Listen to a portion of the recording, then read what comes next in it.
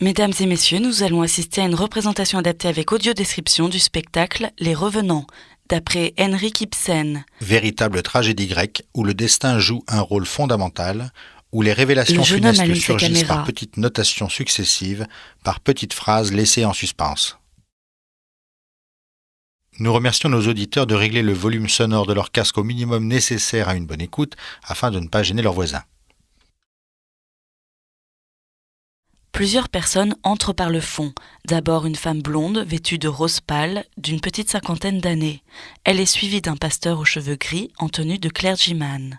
Derrière eux, une jeune fille mince et brune et un jeune homme qui tient une caméra. J'ai en main le chemisier de Madame Alvin. Les costumes, comme le décor, jouent sur l'intemporel. Les teintes restent discrètes, presque ternes, dans les gris et les roses.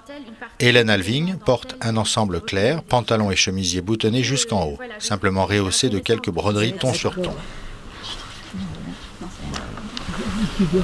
Et puis là, voilà, c'est ça. Là, vous avez les épaules en fait. Il y a un cintre. Et donc la dentelle. On a mis les lumières. C'est ça.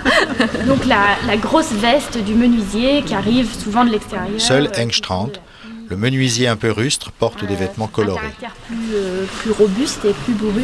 Donc il a une grosse veste assez lourde, dans une étoffe un peu cirée avec de la fourrure autour des manches et autour du col.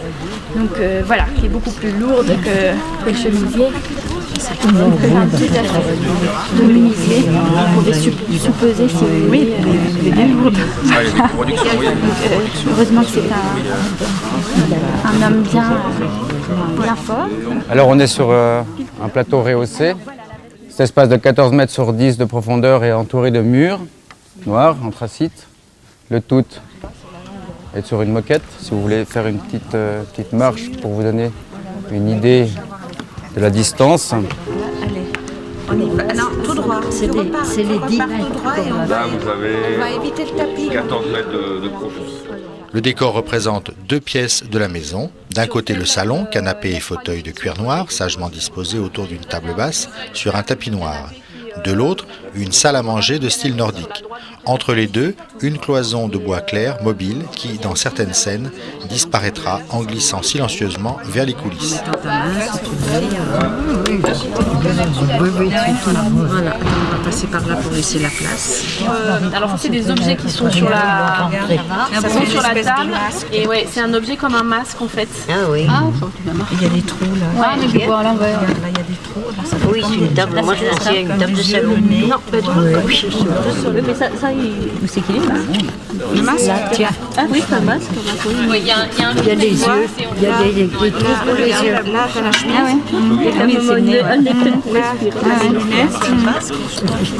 La pipe. Le passeport. Un passeport. Oui, le passeport. La jeune fille repose le masque et c'est son visage encadré de cheveux bruns qui apparaît alors sur l'écran. La jeune fille pose sur la table une paire de lunettes qui sont filmées. Avec des gestes très lents, la femme blonde attrape les lunettes.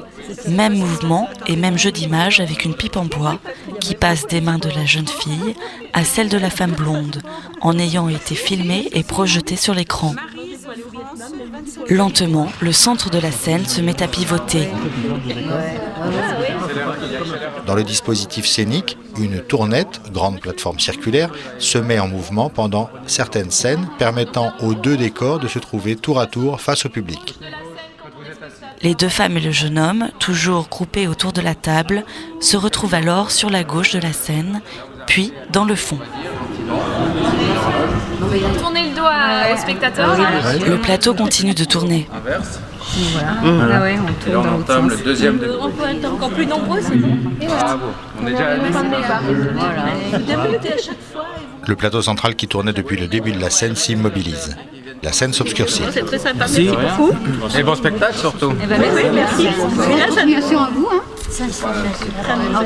Bonjour, vous allez bien Luciane? Alors cette visite? Très bien. Très bien.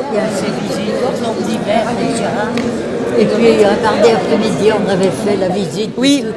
Très sympa, très bien. Parfait. Puis on doit en avoir une autre. Oui. Il y aura du monde. Le bouche à oreille fonctionne. Voilà Pierre-Jean, tu veux un programme en gros caractères? Ouais. En gros, il y a un braille parce que je vais essayer de... Tu vas essayer? Comme ma prof en a un braille, ça peut nous faire un peu de lecture ensemble. Oui. C'est toujours pas trop, une fois. Il y avait la canne blanche et puis ça, on met ça sur le puis la canne blanche, je croyais qu'on ne voit pas du tout.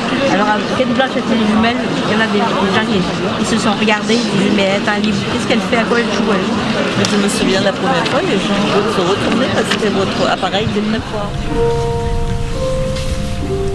Plusieurs personnes entrent par le fond. D'abord une femme blonde, vêtue de rose pâle, d'une petite cinquantaine d'années. Elle est suivie d'un pasteur aux cheveux gris en tenue de clergyman. Derrière eux, une jeune fille mince et brune et un jeune homme qui tient une caméra. Un homme à la moustache épaisse portant un bonnet de laine se tient en retrait contre le panneau de bois. Debout autour de la table, le jeune homme éteint la caméra avant de sortir par le fond, suivi de la femme blonde. Noir. L'association Axiculture qui a réalisé cette audio-description vous remercie de votre attention et vous souhaite une agréable fin de soirée.